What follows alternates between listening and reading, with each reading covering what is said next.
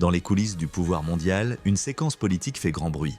Donald Trump, ancien président des États-Unis et toujours figure centrale du Parti républicain, a récemment repris contact avec Vladimir Poutine. Mais cette prise de parole, loin de démontrer une quelconque autorité diplomatique, ressemble davantage à une reddition pure et simple. Trump, qui avait promis de mettre fin à la guerre en Ukraine en seulement 24 heures, semble avoir abandonné cette idée, se contentant de mettre en scène une prétendue médiation. Une mise en scène, rien de plus.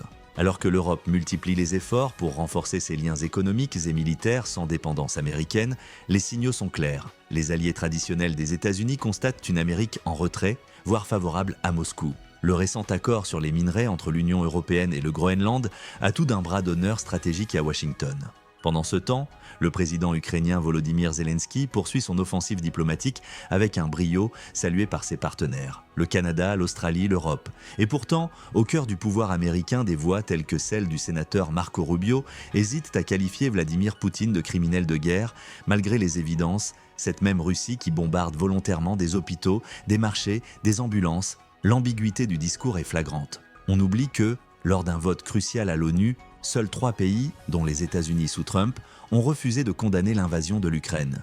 Et ce n'est pas tout. Trump continue d'exprimer son regret de voir la Russie exclue du G8, allant jusqu'à suggérer que, si Moscou était encore à la table des puissants, la guerre n'aurait jamais éclaté.